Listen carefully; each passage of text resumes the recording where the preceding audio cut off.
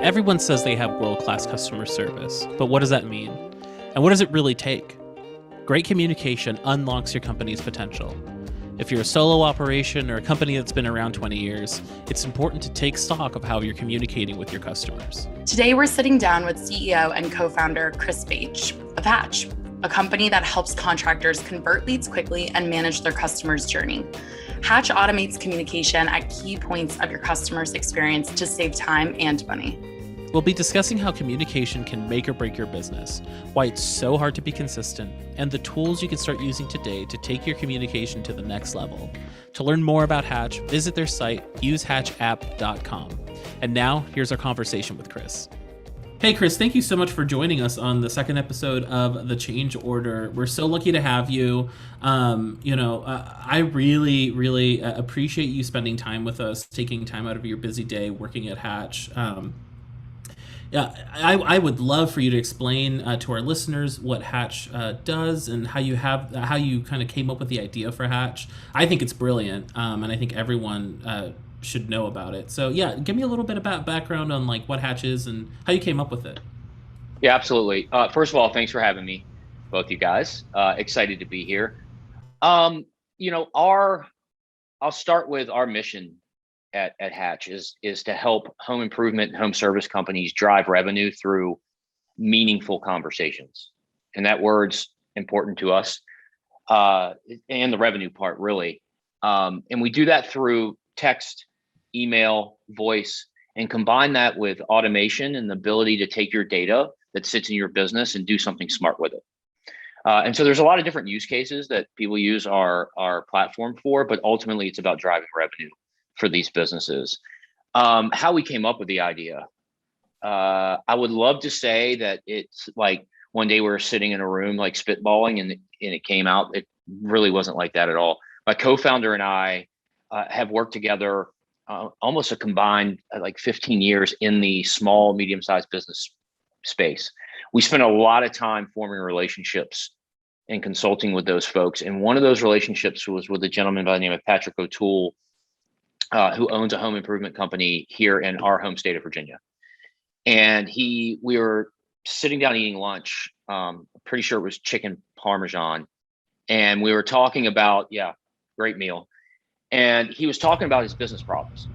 And he was like, listen, I've got this interesting problem where I'm growing the business, but 70% of the customers that we give a quote to do not buy. But what's interesting to me is we have Salesforce and all these tools, but I don't know why they don't buy.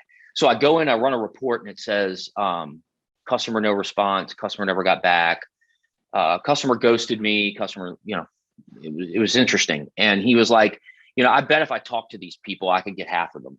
And so we just sort of made a bet and said, I bet we could craft together some messaging and use some modern communication to figure that out.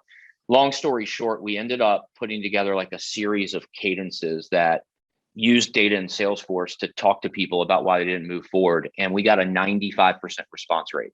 So we ended up like text, email, and voicing almost 100 customers. 95 people responded. Out of those 95, almost 60 of them gave some sort of feedback about price or experience, like things that happened, the reason they didn't move forward. And we took all those responses and gave it to his sales management team. And they ended up selling $400,000 in additional windows and doors, which is what his main business does, is replacements. And they were able to do that in under 30 days, taking those responses and staying on that channel. So we were like, that's interesting. And that's when it wasn't like one moment, but that it definitely was like a high response rate. And then we started to ask other people that have businesses like his, like, is this a problem? And they all said yes. So that's how it started. And then we just ran from there. This was back in like 2018, early 2018. Wow, that's very cool. That's a huge number, really, based on just those homeowners alone. That's very, very cool. It's interesting. And they still use the platform today. And I can promise you the first version of it was embarrassing, but but they're still driving revenue. And I think they use it for like 5 or 6 other different use cases. So they've been able to figure out like, how do I use this platform in other places? Where is communication also important, not just sales follow-up? And they've been able to drive a better experience for their customers all around, thinking about it from a, consumer standpoint. It's like, I mean, you guys know this, like if you buy something these days, right, it's just so much easier to do it over your phone or over text, and then have meaningful conversations that lead to a sale much faster. That's what we've recognized. Absolutely. And I think you touched on a really important point where it's like, yes, it's important during the sales process, but it's also the entire process before selling that informs a lot of that homeowner experience. And when you see contractors, I'm sure you speak with hundreds of thousands of contractors and their businesses. What's the biggest mistake that you see contractors make when they're communicating with their customers throughout their entire process? It's tough. I think the biggest mistake they make when communicating with their customers, I mean, I've got some early advice I think I wish our buddy Pat would have known, and seeing some other contractors along the way. But I think when it comes to like communicating with the customers, I think it's just the absence of doing it. It's the number one mistake. And it's because, especially now, because like these businesses are exploding. But you sell somebody on September 1, they don't get an install until November 15th, but they don't hear from you at all. Or they submit a lead on your website to be contacted, and it takes 48 hours to get back to that person.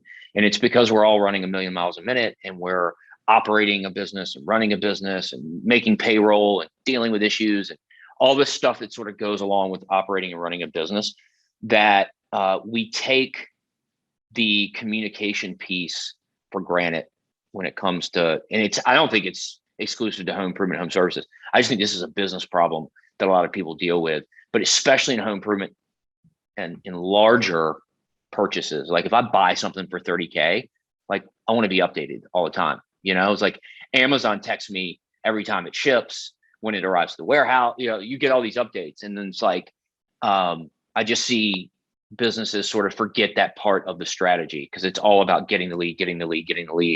And then what?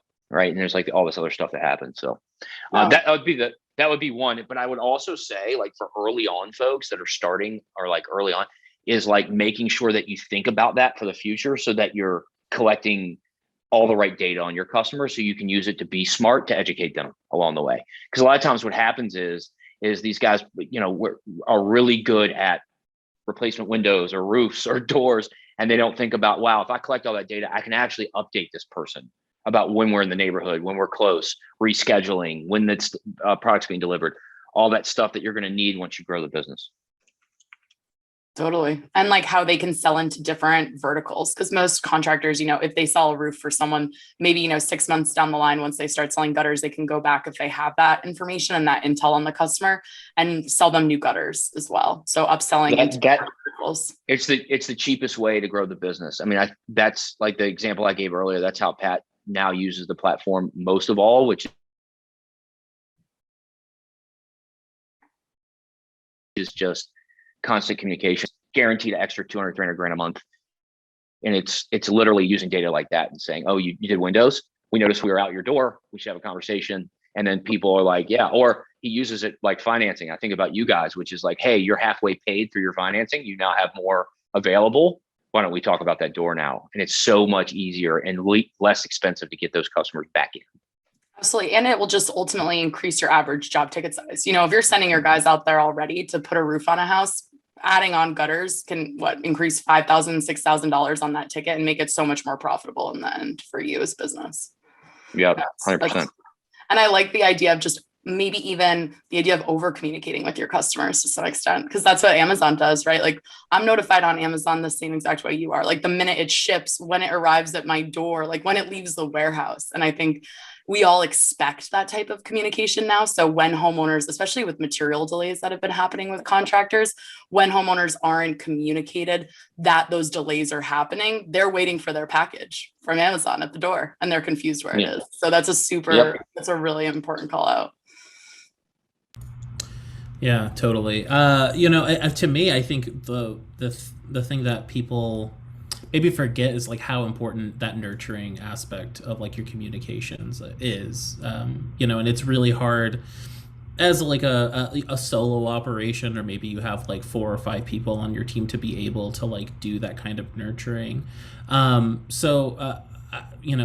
I guess my question is like, is this on the whole stack of technology that you need for your business? I mean, and I think I know what your answer is going to be, but like, where would something like this, like in order of importance, right? You have well, QuickBooks or like some kind of like accounting software.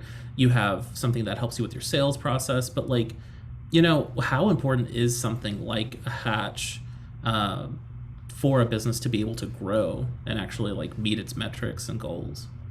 Yeah, I mean, I think that's a really good question. And without being self-promoting, I'm going to be completely transparent on this answer. Our best customers uh, start implementing Hatch around 8 to 10 employees, which is super interesting to us. It kind of means that in the order of like, what software do I get first when I'm building a business, you probably need to start with QuickBooks and a CRM. Like that's just like table stakes, right? That's where you start, and you start to build up your database and your finances. But once you get to 8 to 10 people, something happens inside the business, which is you start delegating people to get back to your leads. You start asking your a marketing person to market to your leads and do nurturing. And that's when a platform like ours goes into the tech stack and starts to deliver an ROI. And then the larger you get, it's just that much more important, because every employee you add actually adds a level of confusion for your consumer, because it's a different message. They're all different people. They have different backgrounds. And so you might have Tommy, who was your best sales rep, who was all followed up with every quote and left the house, was a one call closer at 80%. But trust me, as you add 3 and 4 and 5 sales reps, like that changes. And as you buy more lead aggregates, that changes. And once you start offering financing and all the stuff that you're doing inside your business, you want to be able to, control the strategy so that you're getting an ROI and see all that stuff. So then you start looking at platforms like marketing automation and communication platforms to put in your tech stack, because you need to invest in that level to continue to be profitable. Or else what happens is you start spending more money but not make more money. I don't know if that makes sense. And so you start investing in things to measure and look at things like what we do, which is like reply rate, response time, being smart about how you're nurturing your database and what's the ROI you're getting from it, all that stuff. So I hope that's helpful. I don't know. That's what you're asking. No, that was, yeah. That's super helpful. Yeah. And we brought this up in the episode with Steve a little bit, but like, there's so much time wasted collecting on payments. And I think that's like super interesting for me, just as a like, there's a ton of accounts receivable out there for a lot of the contractors that, are with Hearth, not with Hearth, with Hatch, not with Hatch, like Hatch. There's a lot of that out there. Do you have any advice for people who are trying to kind of like get that back, and how maybe they can automate a little bit of that? Just like I'm trying to tie it back to our last conversation, but like, is there any advice for someone who may just have a lot of like things that are just pending out there? And is there any technology that you recommend, or any tactics that you recommend? Yeah, I mean, I can tell you that what we see in our platform is that most people buy us in the beginning for like sales follow-up and what we call speed to lead. It's the idea that if you're the first person to talk to a lead and have a meaningful conversation, it'll become an appointment. But what we've noticed, especially over COVID, is that people are using us for all these different use cases. And one of them is being accounts receivable. And so I can give you some advice based on the data that we're seeing, which is, one, if you automate that, it's guaranteed to happen every time. 2 is using channels that people prefer to communicate on. And this one's going to be Captain Obvious, but it's not the phone as much anymore. And so what's happening is a lot of these businesses, spent 9 a.m. to 10 a.m. just smiling and dialing like, hey, you owe us $10,000. We haven't got the payment yet. And we're seeing that the best performance is coming from text message, where you're targeting people that are coming up on 10 days, maybe delinquent on paying something, or maybe, it's accounts receivable. It's a natural part of the business. And they're able to go from something like maybe 10 and 15% of all of their revenue tied up in accounts receivable to like 2 or 3%. Like that's a big deal for cash flow, because contractors, like you don't get it's half up front and half when you're done, and you're not getting cash flow positive until you collect all that money. And so I think my two pieces of advice are: find a way to automate it so you guarantee that it's happening and you're not relying on a person to remember to call the person to collect on that stuff.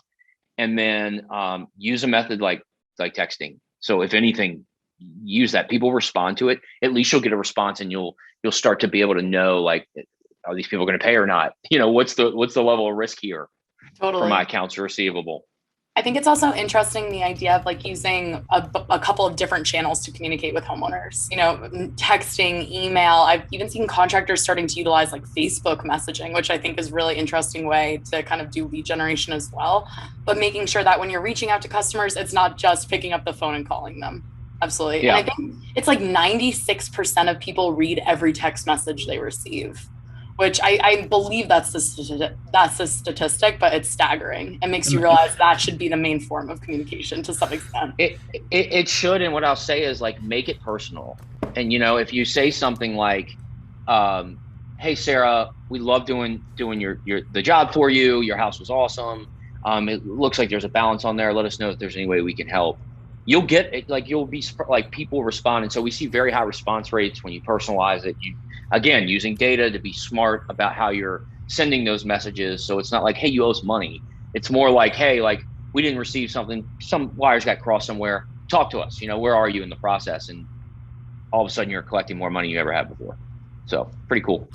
I think there's something to say about also from maybe a branding marketing aspect of the usefulness of an automated system like this, because you do get that kind of like that word of mouth like advertising. So it's like, if I get if I'm looking at siding for my house currently, and I get someone who's like really communicative and just like really on top of it, even if I know the messages are automated, like I'm just like, oh, I'm getting updates, I'm getting some kind of like notification, I'm much more likely to be like, hey, these guys were great, the work was great, but also the customer experience was great. So I think that's something super cool to really, like, I don't know, just think about, because the consistency is key, right? Well, I think it's just like, we talked about this before, but Amazon sort of set our expectations for what we expect a buying experience to be. And you're starting to get that anywhere you go. I just bought like a Lovesac couch. Have you guys ever seen these Lovesac couches? They're called called Sactionals. I have. They're called Sactionals. I'm so jealous. Yeah, so my kids, they like freshmen. Anyway, I did it, but I've got a text like along the way, which is like, hey, welcome to the family. Then it's like, hey, your product hasn't shipped yet, but here's like images of what it's going to look like in your living room. And like, I get to click so that it's like the experience. And I went to the mall to buy it, and I'm getting this whole like sort of update with different dates. Now it comes in different pieces and parts. So it's telling me like, you'll receive like the pillows on this date and then this on this date. And it's like, okay, I just spent $5,000, but I feel really good about it.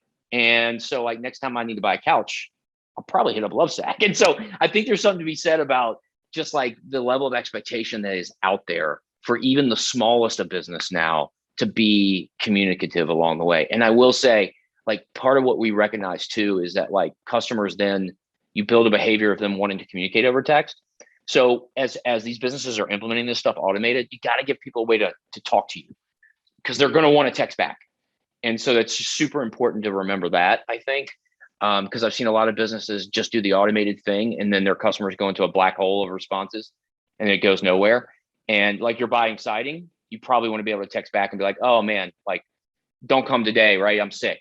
Like, let's reschedule for Friday. And so being able to do that over multiple channels is where I think these companies are going to win the next 3 years.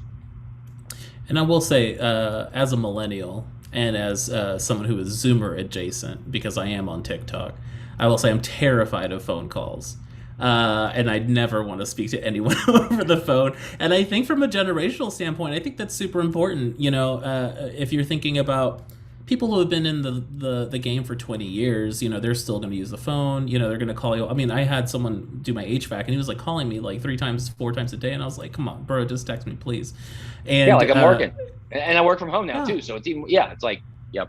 So I think from a longevity standpoint, doing something over text, email, something that's a little bit more automated, or even just investing in that, you're investing in your company's future as well, because you'll have that kind of like cool techie, like, oh yeah, he's on it, man. Or this person's on it. Like he's got got all this set up, and it's great. So anyway, I'm stepping all over Sarah's toes because she's ready for the next question. No, you're totally fine. Go for it. Chris, we'll just kind of wrap up with a question that's fairly broad, but I think you might have interesting answer to, which would be, what is one unconventional piece of advice that you've ever received that you thought was super valuable and kind of have carried with you through your professional or personal life? One piece of advice. Our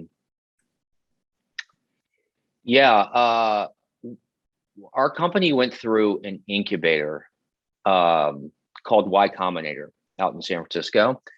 And the idea just being that, hey, let's get surrounded by other people that are trying to do the same thing, which is build a pretty significant sized business and learn from them. And the piece of advice that I got that's like a mantra there is, do things that don't scale. And I think when I first started my business, you have these grand visions of like what it can be and how big it can be and all this other stuff. But the key is to do little things, experiment, learn from them, iterate, and then find stuff that gets big and scales up. And I think it applies to really like any business or person or somebody that may listen to this and say, hey, like I'm thinking about starting a home improvement company, which is like, just go get one job. Don't think about if you had 30 or 40 or 50 a month, but just get your first one, then get your second one, learn from it, because you will do things wrong, because I did. And then, apply that and then think about scale once you figure out a rinse and repeatable process. And it stuck with me. And I think, I tell my team even now, and we're like 60 people, it's like, still do things that don't scale, figure out how to help our customers as best we can, prove our theories, and then build out a way to make it really big. So that's always helpful to me. The try everything school of thought is, I love that. I'm actually currently in that, where I'm just like, okay, let's try this, because little inside baseball for our listeners, but like contractors are hard to reach. They're a hard to reach group because they're so busy. Small business people, I've been working with them for 7 years, 8 years at this point. They're so hard to reach because they're so spread thin. And it's hard to get in that mentality where like, I need to try something new, because it's like, what I'm doing is working right now. I can't, I don't want to. But like, you wouldn't have had this, great success with Hatch, and we wouldn't see all of these contractors out there have all of the success trying something new like Hearth, or trying something new like, your product, to go and get scale and get bigger. And so I totally love that advice.